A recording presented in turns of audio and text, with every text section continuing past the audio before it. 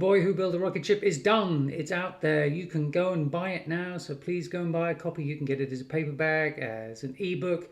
And if you go and follow the link to my website, you'll see all the places you can buy it. And you'll have a thoroughly good time if you do buy it. Right, that out of the way.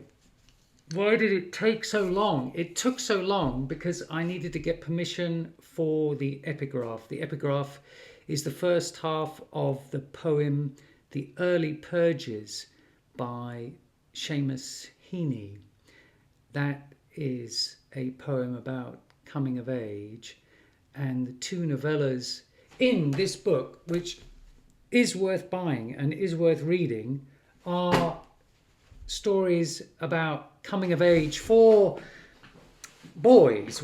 One is, well, both stories feature teenage boys as well as boys who are just about to become teenagers. And in one story, the centre of focus is the younger boy, and in the other, it's the older boy.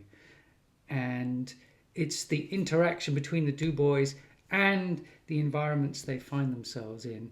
One is a future dystopian environment, and the other is present day, but it becomes a dystopian environment because of climate change. And so although they're very different environments, the boys face the same kind of challenges that they must overcome, and in overcoming them they go through the process of coming of age. Although I think for me coming of age is a misnomer. We don't come of age.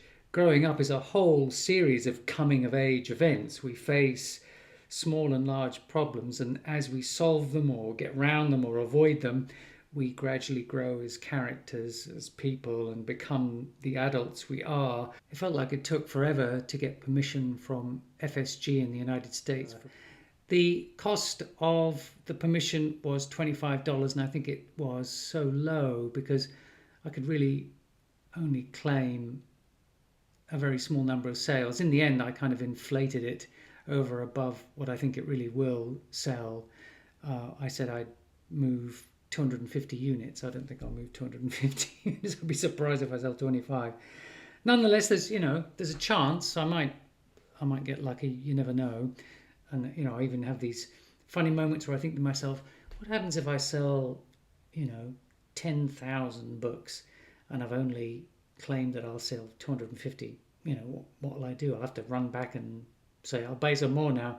But it's unlikely that I will sell more than 250 copies. So I don't really think I have to worry about that particular aspect. In fact, I think it's really wonderful that Alicia took the time to go through all of the rigmarole and perambulations of getting the contract together for me, given that they were only going to get $25 for it. I'm sure she spent much more than $25 of her time to work with me to get it all sorted out and finished. The whole book is themed around coming of age and childhood, and so getting the poem was important. I've also stuck in an epilogue about the science of childhood and why we think childhood occurs in humans and why it's so long specifically, and is that to do with us learning and growing into adults, or is it something else? And the answer is it's probably something else.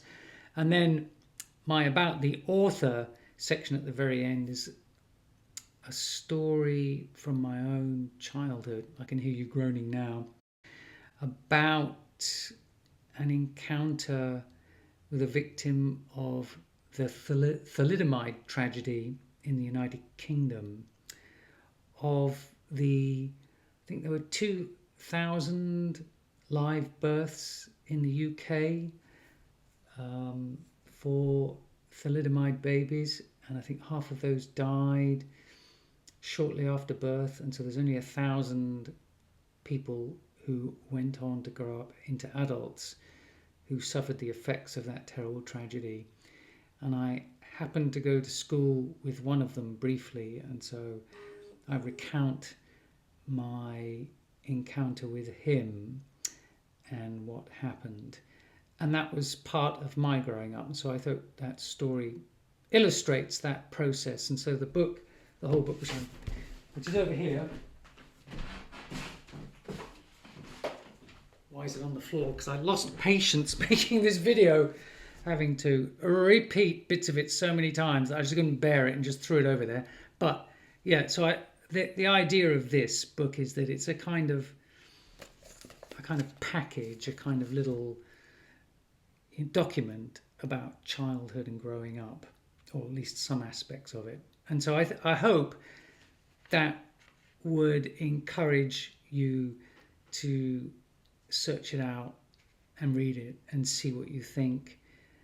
And then it might inspire you to think about your own childhood experiences and how they've molded you. Okay, I really can't bear having to work on this video anymore because I've spent so much freaking time on it. So I'm going to wrap it up here and say thanks for getting this far. Bye.